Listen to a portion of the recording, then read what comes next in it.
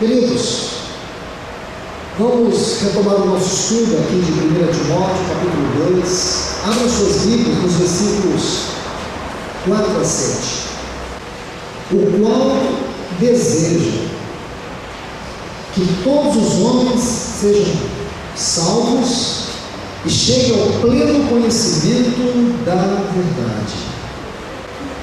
Porquanto há um só Deus e um só mediador entre Deus e os homens, Cristo Jesus, homem, o qual a si mesmo se deu por todos, testemunha que se deve prestar em tempos oportunos. Para isso, fui designado pregador e apóstolo, afirma a verdade, não minto, mestre dos gentios da fé e da verdade. Amém. Amados em Cristo, quando eu li esses versículos, por um tempo eu relutei se eu deveria ou não compartilhar este assunto com vocês. Porque esses textos, eles compõem um assunto que existe muitos debates, especulações. Alguns usam estes versículos para sustentar uma doutrina conhecida como universalismo. Outros usam esses textos para poder mostrar que a morte de Cristo abrange indistintamente a todas as pessoas. Eles falam da expiação ilimitada. Considerando tudo isso, poderei, se devia ou não, compartilhar este assunto. Depois de algum tempo, vi que seria muito importante compartilhar com vocês. Não estou aqui fazendo uma tese em torno de um assunto particular.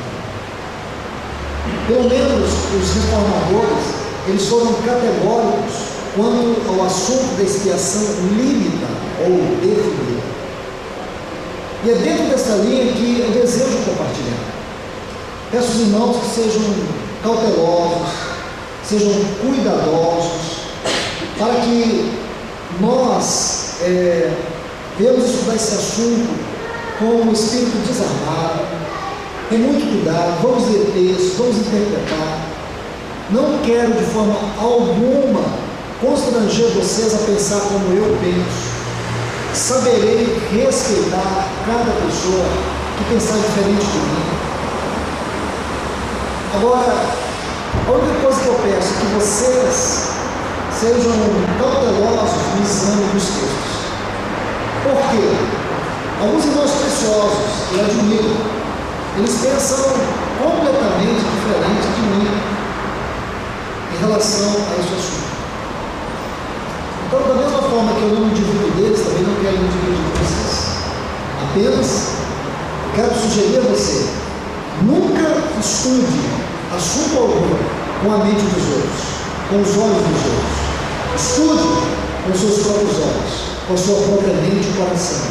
Eu peço ao Espírito que te dê luz. Então, o nosso tema, nossa lição é a 13ª lição hoje, é a expiação limitada. Este é o nosso assunto. Esses textos aqui, versículos 4 a 7, de 1 Timóteo, capítulo 2, vamos falar algo muito interessante. Porque, por favor, volte na leitura. Vamos ler com muito cuidado. Vê se o texto não dá uma base clara para a expiação ilimitada. Observe bem. O qual deseja que todos os homens, estão vendo? Sejam salvos e cheguem ao pleno conhecimento da verdade. Então o assunto aqui é muito claro. Então observe os textos. O qual deseja que todos os homens sejam salvos e cheguem ao pleno conhecimento da verdade. Esse texto já mostra para nós que a morte de Cristo teve um efeito ilimitado. Observe bem. Deus deseja, a palavra aqui, no sentido dela no original, fala da vontade deliberada. A vontade deliberada de acordo com o propósito. Então, é uma palavra muito forte. Mas esta porção aqui não é suficiente para você formular uma doutrina. Irmãos, muito cuidado com os termos genéricos. A expressão todos, a expressão mundo na Bíblia. Muitas vezes, você não pode tomar de acordo com o que está no texto. Você tem que fazer uma análise mais cuidadosa, detalhada, de acordo com o contexto. Então, a análise não é segundo o texto, a análise é segundo um contexto. Um princípio da erudição, da interpretação e da aplicação da Bíblia. Nunca tome um texto quando ele tem uma função genérica no texto, ou uma palavra, ou uma frase que tem uma função genérica. No Novo Testamento, você nunca pode tentar interpretar de acordo com o texto. Você tem que procurar interpretar de acordo com o contexto. Isto é, seja mais cuidadoso no exame de frases e de palavras. Isso é um princípio. Versículo 5. Porquanto há um só Deus e mediador entre Deus e os homens, Jesus Cristo. Olha o versículo 6. O qual a si mesmo se deu por todos. Então, temos dois textos aqui, o 4 e o 6, que nos mostram que a expiação ela foi ilimitada. Mas isso por si só não explica a doutrina. Porque, irmãos, a grande pergunta é: por quem Cristo morreu? Ele morreu por todos? Essa é uma grande pergunta. Você precisa responder essa pergunta com uma fundamentação bíblica. A morte de Cristo, ela foi para todas as pessoas. Ela tem o alvo de atingir cada pessoa. Estão vendo? Essa é a pergunta. Cristo morreu por todos. Nós temos que responder essa pergunta, mas com uma base doutrinária. Nós não podemos responder essa pergunta com a mente engessada. Porque se nós respondemos essa pergunta com a mente engessada, nós podemos cair numa doutrina chamada de universalismo. E essa doutrina é perigosa, porque de maneira sutil ela esconde algumas questões delicadas e sérias. Permita-me ler alguns textos que vão ajudar vocês a ver como analisar versículos com cuidado, sem o zelo, pode incorrer na formulação de heresias. Os universalistas, eles usam esses textos, não são apenas esses, mas esses são os principais. Abra sua Bíblia, Romanos capítulo 5, no versículo 18. Porque nós não podemos discordar de maneira alguma que existem textos de maneira geral, mas indefinidos, eles vão propor essa, entre aspas, doutrina, mas você precisa examiná-la melhor, é o que nós vamos fazer hoje. Romanos 5,18 diz: pois assim como por uma só ofensa veio o juízo sobre todos os homens e para a condenação, assim também por um só ato de justiça veio a graça sobre todos os homens. Olhe bem, por um só ato de justiça veio a graça sobre todos os homens para a justificação que dá vida. Estão vendo aí? Por um ato de justiça veio a graça sobre todos os homens. Sobre esse texto, a Tito capítulo 2, versículo 11. Tito capítulo 2, versículo 11. Porquanto a graça de Deus se manifestou salvadora a todos os homens. Estão vendo? A graça de Deus se manifestou salvadora a todos os homens. Mais um texto. 1 João capítulo 2, versículos 1 e 2.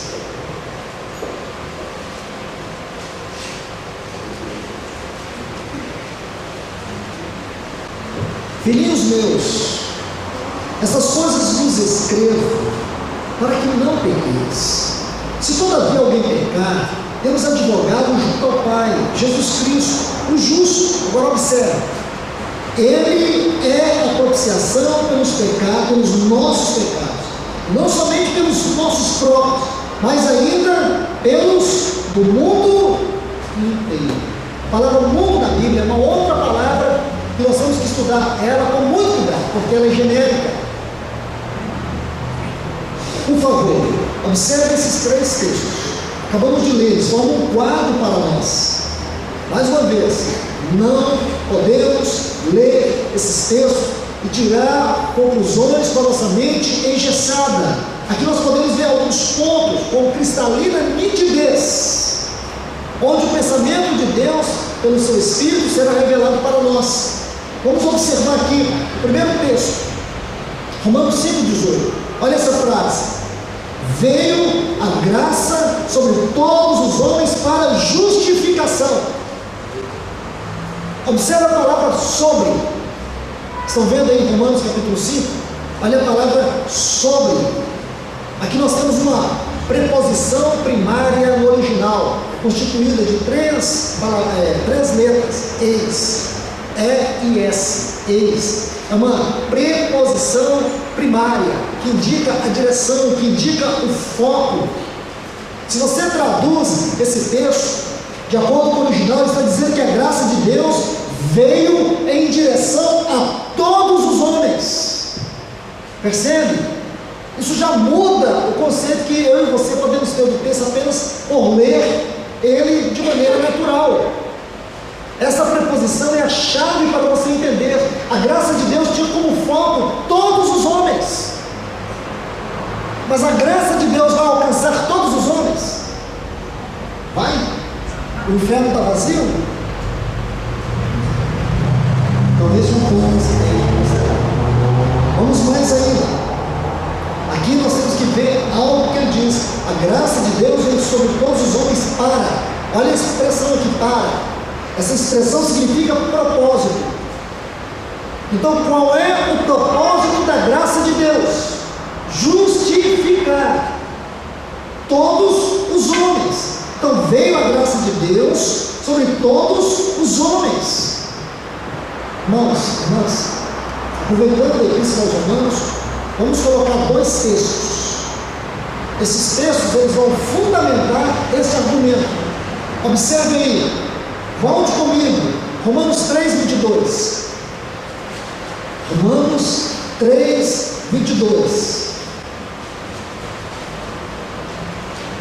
Então você vê, a graça de Deus veio a todos os homens. Essa graça tinha um propósito. Qual é o propósito da graça de Deus? A justificação. Mas a justificação é somente para aqueles que creem. Olha o texto, Romanos 3:22. A justiça de Deus, mediante a fé em Jesus Cristo, para todos e sobre todos os que creem. Estão vendo? Nós somos que creem. Isto é, a graça de Deus tem a direção todos os homens. Mas quem vai receber essa graça? Os que creem. É muito simples esse assunto, não é tão complicado. Mas você não faz ideia como na teologia cristã já existiu acaloradas discussões entre o assunto da expiação ilimitada ou o assunto daqueles que defendem a expiação limitada. Mas vamos prosseguir, porque o assunto é precioso demais. Nós só estamos fazendo agora as argumentações, depois vamos fazer as aplicações. Vamos colocar mais um texto aqui. Gálatas, capítulo 3, versículo 22. Mas a Escritura encerrou tudo sob o pecado, para que mediante a fé em Cristo Jesus fosse a promessa concedida aos que creem. Então Deus colocou todos debaixo do pecado, e a graça veio sobre todos. Mas quantos vão receber a promessa da graça? Os que creem. Estão vendo? Os que creem. Vamos avançar mais um pouco, porque eu creio que aqui a gente tem que observar. Primeiro, a exclusividade da justiça de Deus. A exclusividade da justiça de Deus é para todos os que creem. Aí depois você vê esse texto: Deus encerrou todos debaixo do pecado, porém sua promessa de redenção é somente para os que creem. Então esses dois textos nos ajudam a responder a esse texto de Romanos capítulo 5, versículo 18. A Bíblia não pode se contradizer. Agora vamos ao texto de Tito, capítulo 2, versículo 11. Observe, diz assim: a graça de Deus se manifestou salvadora, olha a expressão, a todos. Agora, cumprimento da frase, a todos os homens. Então a graça de Deus se manifestou salvadora a todos os homens. Aonde está a chave para nós entendermos esse texto? A palavra manifestou. Olha essa palavra aí, manifestou. É a palavra epifânio. Sabe o que significa? Trazer luz. A graça de Deus trouxe luz a todos os homens. Essa palavra epifânio significa também tornar visível. A graça de Deus tornou a salvação visível a todos os homens. Então essa ideia, irmãos, ilimitada da expiação é muito perigosa. Nós vamos entender duas palavras aqui: suficiência e eficiência. Quanto à suficiência, a expiação vai para todos, porque ela tem um poder infinito. O poder da expiação de Cristo é um poder tal que até os demônios do inferno poderiam ser redimidos pela suficiência infinita da graça, da obra expiatória de Cristo. Mas a eficiência é definida, é distinta, é específica, é para aqueles que creem. Amém? Observe essa palavra, epifânio. Tem um texto que vai nos ajudar a entender essa palavra de maneira muito especial. Lucas, no capítulo 3, ele está dando testemunho de João Batista. Aí no versículo 6, ele diz assim: toda carne verá a salvação do nosso Deus. Toda carne verá. Está vendo que esse texto, ele jorra luz, o significado dessa palavra manifestou, tornar visível, jorrar luz. É isso que Tito está falando, ou Paulo está falando a Tito. Vamos para o último texto que nós lemos aqui, 1 João capítulo 2, versículos 1 e 2. Quando ele diz que o Senhor Jesus é a propiciação pelos pecados, pelos nossos pecados e também pelos pecados do mundo inteiro. Veja bem, o Senhor Jesus é a expiação do pecado de todas as pessoas do mundo inteiro. Veja o cuidado que nós temos que ter aqui. Irmãos e irmãs, preste atenção no que eu vou lhes dizer. Nunca generalize os assuntos sagrados, porque à medida que nós vamos generalizando as doutrinas sagradas, nós estamos ao mesmo tempo as diluindo. Nós não podemos generalizar, porque a consequência da generalização da doutrina é tornar ela ineficaz, é diluir a sua essência. Então observe isso. Não há nenhum meio de nós usarmos esse texto e fazer a aplicação como nós estamos lendo. Observe, sejamos cuidadosos. Gálatas capítulo 3, versículo 8. Observe, aqui tem um exemplo que vai ajudar você a entender esse texto. Gálatas 3, 8. Ora, tendo a Escritura previsto que Deus justificaria pela fé os gentios, preanunciou o Evangelho a Abraão. Qual era o conteúdo deste Evangelho que Deus preanunciou a Abraão? Em ti serão abençoados todos os povos. Irmãos, será que todos os povos do mundo inteiro, eles serão abençoados em Abraão? Porque os universalistas, eles ensinam que Lá no final de tudo, da consumação de todas as coisas, Deus salvará todas as pessoas. Todas as pessoas, indistintamente, serão salvas. Há um grande comentarista, ele escreveu uma das mais importantes enciclopédias do Novo Testamento em português. A enciclopédia dele talvez seja a mais importante hoje. Não existe uma outra com tamanho de dimensão, tamanho de conteúdo de pesquisa. E esse irmão, ele é universalista. Eu sei que alguns de nós aqui temos essa enciclopédia, são 6 grandes volumes do Novo Testamento. Ele é universalista. E se você já leu, já estudou algumas vezes essa enciclopédia, você com certeza pode perceber seus ensinos acerca dessa lei, como eles são sutis e perigosos. Esse texto é um dos que ele usa. Agora observe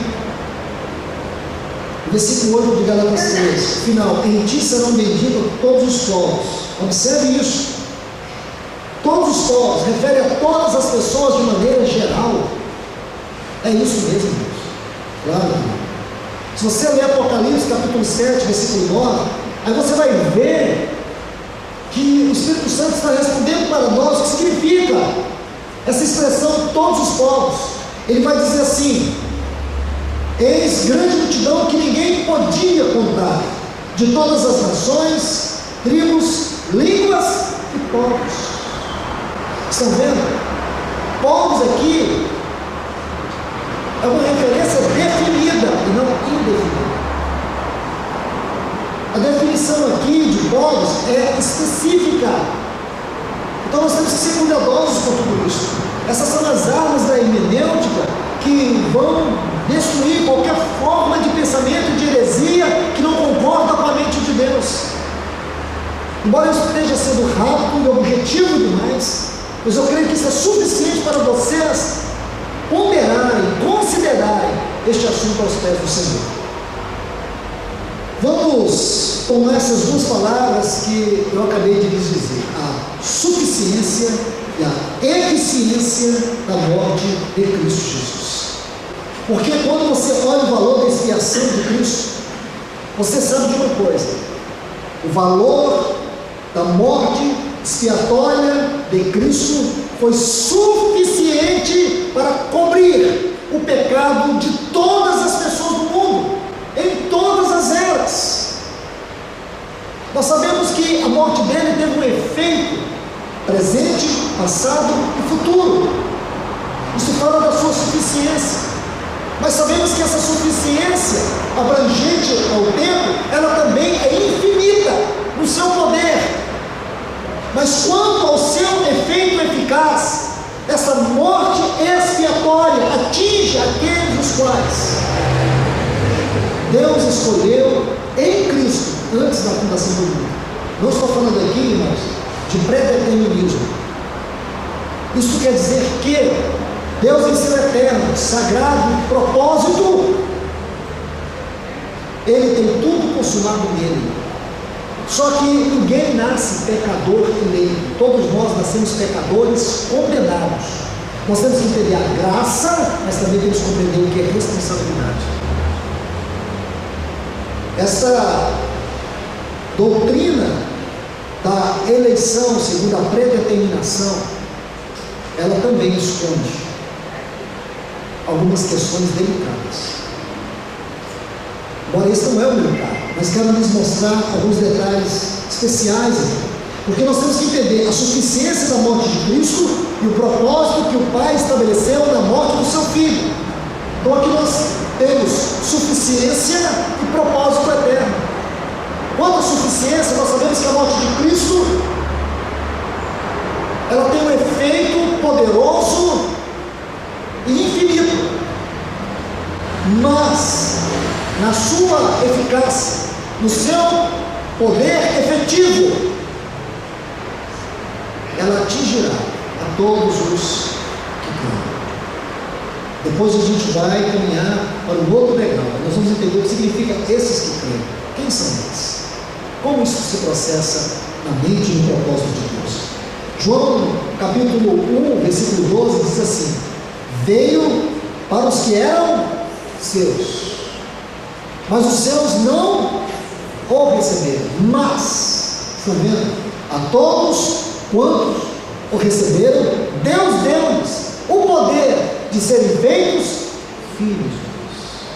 Ele veio para os que eram seus. Lembra?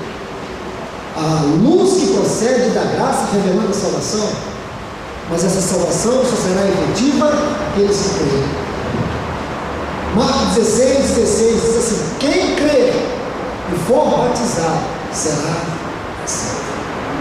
Então todos esses textos juntos ajudam-nos a argumentar esse pensamento, que ele se torna uma ferramenta de Deus para nos desintoxicar de qualquer ideia universalista.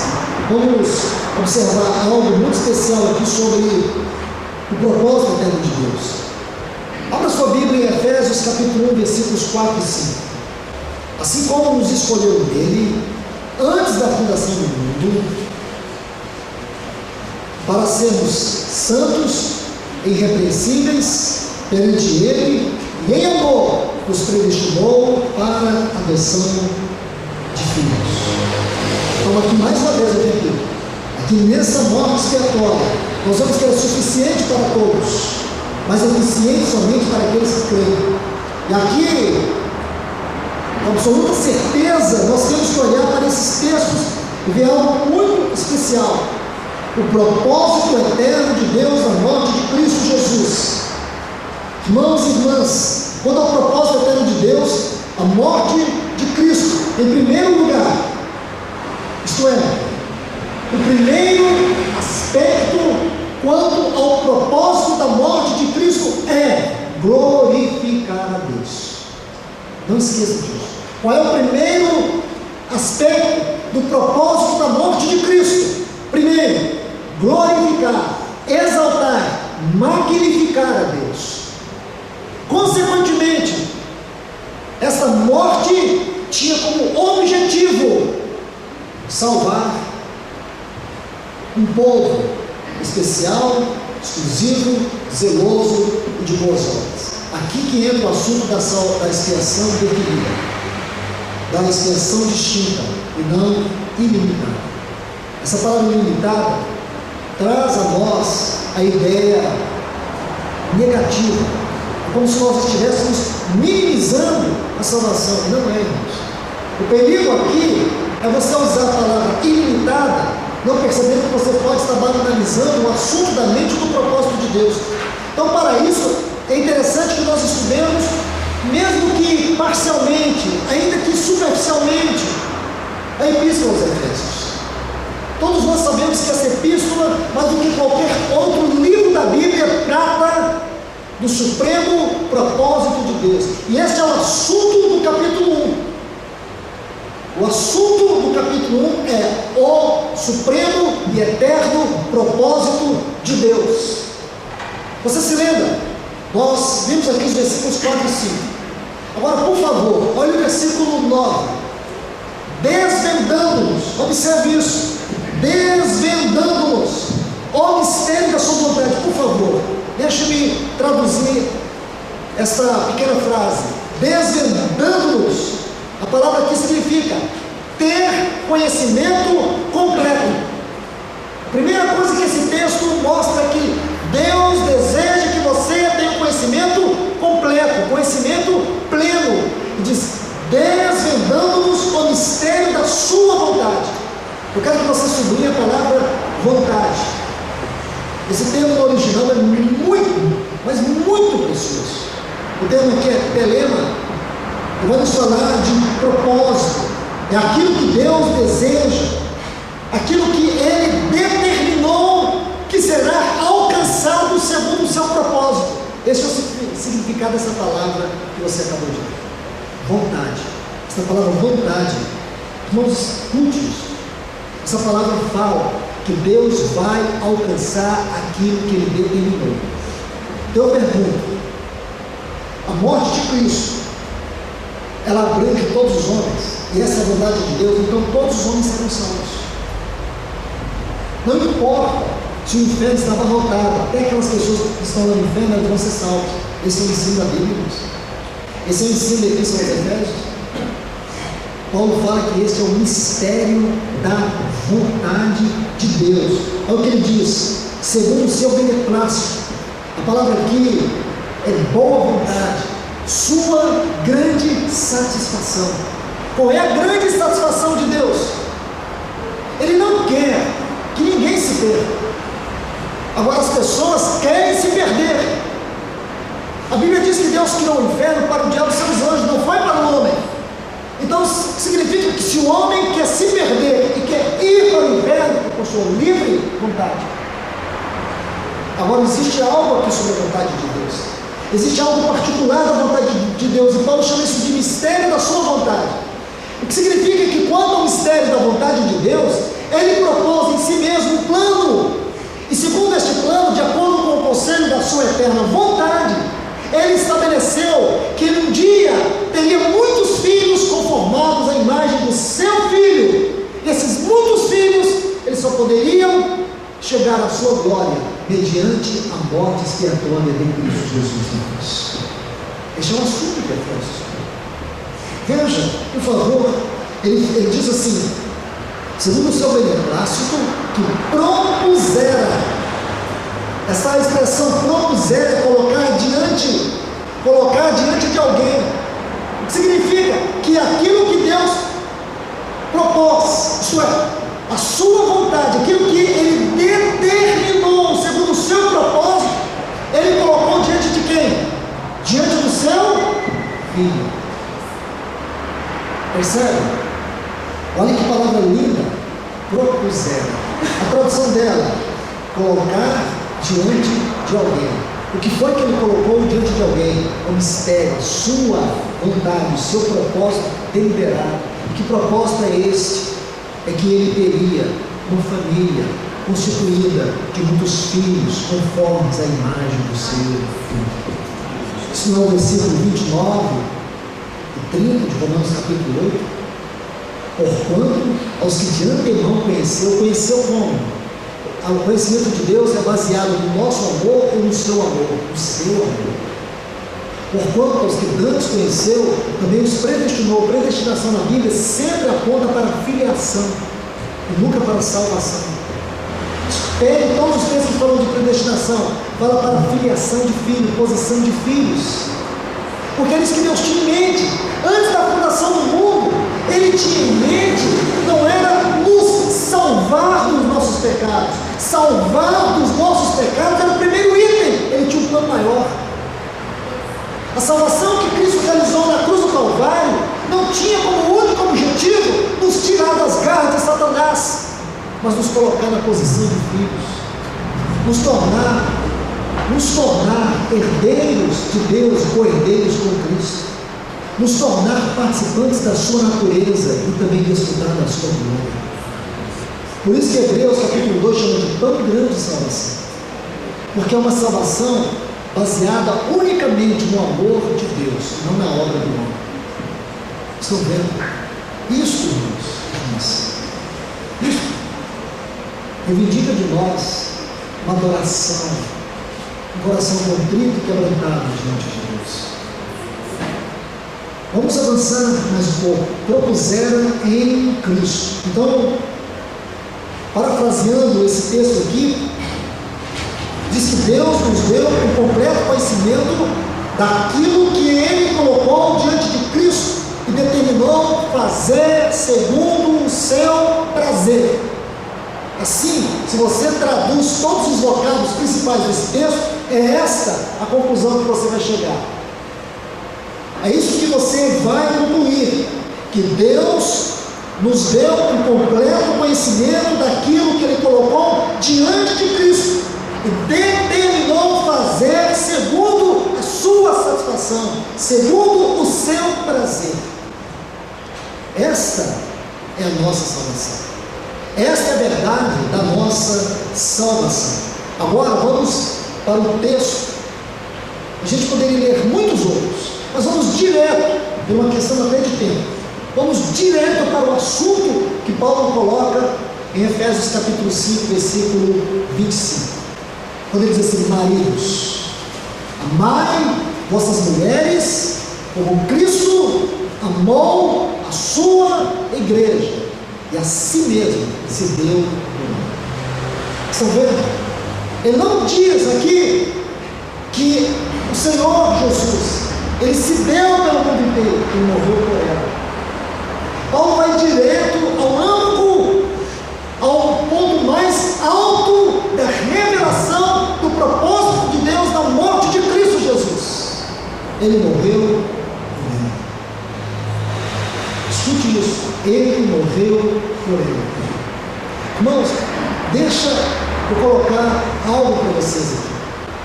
Lembra aquele texto de 1 Timóteo capítulo 2, que nós lemos no início do estudo? Você se lembra? Então esse texto diz que o Senhor Jesus, ele fez uma oferta como resgate de todos. Olhe o tanto que esse texto vai colocar você em dificuldade. Se ele fez o resgate, então por que ele não pode levar as pessoas que ele resgatou? Ele resgatou o mundo todo. Ele resgatou o mundo todo. A sua oferta de resgate foi pelo mundo todo. E ele não vai poder levar o mundo todo na sua gloriosa obra de redenção? Não. Então essa é a pergunta que você tem que fazer. Se ele resgatou, porque resgate significa comprar, pagar e levar.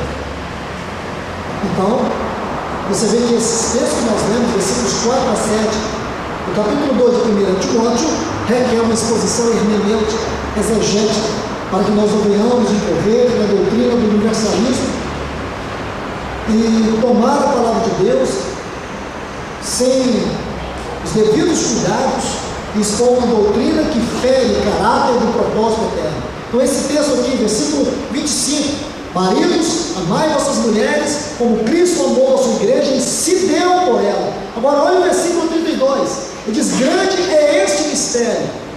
Você vê que a palavra mistério sempre está no singular, porque cada uma das vezes que você lê a palavra mistério no Novo Testamento, compreende este grande mistério da vontade de Deus. Não são mistérios distintos, mas compõem esse grande quadro do mistério da vontade de Deus. Diz: grande é este mistério. E que mistério é este? O fato de Cristo morrer por ela, de Cristo se entregar por ela. Compreende? Grande é esse mistério, mas eu me refiro a Cristo e a igreja, porque o assunto aqui é Cristo e a sua igreja. Irmãos, isso é glorioso, isso é algo estupendo. Permita-me ler alguns textos para vocês agora. Textos que nos mostram a eficácia da morte de Cristo de acordo com o propósito eterno de Deus. Vamos começar em Mateus capítulo 20, versículo 28. Anote cada um desses textos. Mateus 20, 28 diz: tal como o Filho do Homem, que não veio para ser servido, mas para servir. Agora olha a palavra aqui: e dar a sua vida em resgate. Está vendo? Por muitos, não por todos, por muitos, muitos, não todos, porque muitos em específico, todos é genérico. Se ele tivesse dado em resgate de todos aqueles, abrangendo todo mundo que ele se deu por resgate, ele teria que resgatar. Mas todos aqueles que ele verdadeiramente resgatou, esses serão resgatados eternamente. Este é o assunto de Efésios. Atos capítulo 20, versículo 28. Paulo falando aos presbíteros de Éfeso, ele diz: atendei por vós e por todo o rebanho, o qual o Espírito Santo nos constituiu bispos, para pastoreardes a igreja de Deus. Olhe bem, a igreja, a qual ele comprou com o seu sangue. Você já leu na Bíblia que Deus comprou o mundo todo pelo seu sangue? Aí você vai dizer: irmão, você já leu João 3,16? Claro, irmãos. Os nossos filhos, os menorzinhos, sabem esse texto. Deus amou o mundo de tal maneira que deu seu Filho unigênito, para que todo aquele que nele crê não pereça, mas tenha vida eterna. Deus amou o mundo, porque o amor de Deus é a própria essência do seu ser. O amor de Deus, a justiça de Deus, caminha lado a lado. Mas você não pode explicar esse texto sem ler 1 João 3,16. Só para a gente abrir esse parênteses adicional, hoje 1 João 3,16 que explica João 3,16. Conhecemos o amor nisso, que Ele deu sua vida por nós. Ele amou o mundo, mas Ele deu a vida por quê? Por nós. Estão vendo? Por nós. O texto é explicado, não precisa argumentar. Ele amou o mundo, mas tem a suficiência infinita do seu amor, mas a eficácia da obra do seu amor por nós. Estão vendo? Vamos somar pelo menos mais 2 textos. Tito capítulo 2, versículo 14. O qual a si mesmo se deu por nós, a fim de redimirmos ou remirmos de toda iniquidade e purificar para si mesmo um povo. Está vendo aqui a eficácia dessa obra de remissão? Ele se deu por nós. Isso aqui já é específico. Este um povo, nós aqui, concorda. Um povo exclusivamente seu, zeloso de boas obras. Por último, Hebreus 9, 28. Assim também Cristo, tendo se oferecido uma vez para sempre, para tirar o pecado de muitos.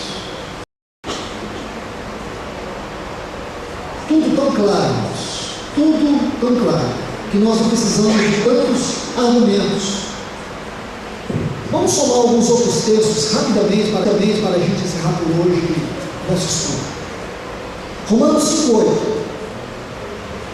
Romanos 5,8. Veja a exclusividade, a maneira específica, definida da expiação de Cristo. Romanos 5,8. Mas Deus prova o seu próprio amor para conosco.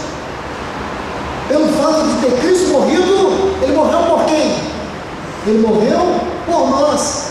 Esta é a eficiência da sua morte. Quanto à suficiência, a morte de Cristo abrange tudo e todos, mas quanto à sua eficiência? É isso que você tem que colocar de maneira bem clara, para você nunca atropelar a interpretação dos textos. Capítulo 8 de Romanos, versículo 32. Vê se tudo isso não forma toda a moldura de Efésios 5:25. Romanos 8:32. Aquele que não poupou o seu próprio filho, antes por todos, quem? Todos aqui é quem? Nós. Por todos nós o entregou. Ele o entregou por todos nós. 2 Coríntios, capítulo 5, no versículo 21. Aquele que não conheceu pecado, Deus o fez. Pecado por quem? Pelo mundo todo? Não, por nós. Por nós. 1 Tessalonicenses, capítulo 5, os versículos 9 e 10. Coloque esses textos em sequência, escreva ao lado deles o texto seguinte, para você nunca esquecer essa sequência, vai te ajudar tanto. Diz assim: porque Deus não nos destinou para a ira, mas para alcançar a salvação mediante o nosso Senhor e Salvador Jesus Cristo, que morreu pelo mundo todo? Não, por nós. Morreu por nós. Hebreus capítulo 6, versículo 20. Onde Jesus, como precursor, entrou por quem? Pelo mundo todo? Ele entrou naquele tabernáculo eterno pelo mundo todo? Não, ele entrou por nós. Depois que você lê Efésios, depois que você conhece a mente, o propósito de Deus em Efésios, some-se todos esses textos para vocês compreenderem a riqueza grandiosa da nossa salvação. Aí em Hebreus, capítulo 9, no versículo 24, que é uma sequência lógica desse versículo 20 do capítulo 6. Ele vai dizer assim: porque Cristo não entrou em santuário feito por mãos, figura do verdadeiro, porém no mesmo céu, para comparecer agora por nós diante de Deus. Irmãos e irmãs, todos esses textos vão mostrar para nós o objetivo exclusivo da expiação de Deus. O que ele tinha em mente? Qual era o seu propósito? Conhecer o assunto do propósito da glória de Deus quanto à expiação é uma riqueza. Nós não somos nós, e ninguém tem o direito de dizer este ou aquele. Ninguém julga essa salvação. Mas uma coisa é certa, Deus ele está movendo de maneira gloriosa, através da obra do seu Filho pelo Evangelho, para poder dar ao seu Filho essa noiva, constituída de povos, tribos, línguas e nações. Ele lê em João e diz: aquele que o Pai me dá, o diabo não arrebata das minhas mãos. Salvação é algo que nós devemos ter com segurança. Salvação não é algo que Deus te dá para o final de semana. Salvação que Ele te deu é uma salvação eterna. A salvação proveniente do novo nascimento, não salvação psicológica, não salvação religiosa, mas a salvação que nos é dada pelo novo nascimento é uma salvação eterna. E é essa salvação que Deus tem. Esta salvação, ela nos foi dada mediante a morte expiatória de Cristo Jesus. Amém. Que Deus nos abençoe. Então, queridos, como eu disse bem no início dessa palavra, eu não iria compartilhar na nossa sequência de estudo aqui de 1 Timóteo esses textos. Eu fui compelido, depois de ler algumas vezes, senti que deveria trazer este assunto para esclarecimento dos irmãos, porque lendo aqueles textos, se nós ignorarmos todos esses textos e toda essa exposição doutrinária, exegética, eu creio que ficaria um vazio no nosso estudo, na sequência sistemática do nosso estudo. Então foi com este objetivo que compartilhei esta palavra. Respeito. Se existe aqui alguém que pensa diferente, eu não vou contra-argumentar. Esse eu ensino, é dessa maneira que eu vejo. Eu coloco para os irmãos, leve-se aos pés do Senhor, peça a Ele que te ajude. Mas eu quero colocar algo para você. Seja cuidadoso. Mesmo que você lê aqueles versículos de Paulo, entenda que não é isso que ele está falando. A palavra todos ali não fala de maneira genérica, indefinida. Todos, mundo na Bíblia, precisa ser examinado segundo o seu contexto. Então ele não está ali dizendo que o resgate será por todos os homens. Eu creio que o que vai te ajudar, especialmente os irmãos que ouviram no último estudo, os 4 degraus da oração. Nós temos a mania de orar de maneira genérica também. Então, se os versículos 1 a 3 vão nos mostrar o perigo da oração genérica, os versículos 4 a 7 podem nos mostrar o perigo da expiação genérica. Então, tudo que é genérico, quanto à verdade da palavra, da doutrina, nós precisamos ser cuidadosos. Porque não é isso, a Bíblia não é genérica. Temos muito cuidado com isso. É um perigo. Nós vimos que aqueles 4 degraus não nos mostra o caminho de orarmos de maneira distinta para todas as pessoas. Senhor, abençoe todos os moradores de Goiânia. Não é esse o ensino da Bíblia, não é esse o ensino que está ali. Então, se nós formos tão cuidadosos com os 3 primeiros versículos do capítulo 2 de 1 Timóteo, mostrando os 4 degraus da oração elevada, então aqui nós estamos vendo também o cuidado que nós precisamos ter com os versículos 4 a 7, sobre a expiação limitada. A palavra limitada não sou aberta. mas expiação distinta, definida. A expiação seguramente o propósito de Deus. Que Deus nos abençoe. Que essa palavra seja o instrumento de Deus para te transformar, mas também para formar o seu conhecimento doutrinário daquilo que está no coração de Deus. Que Deus nos abençoe.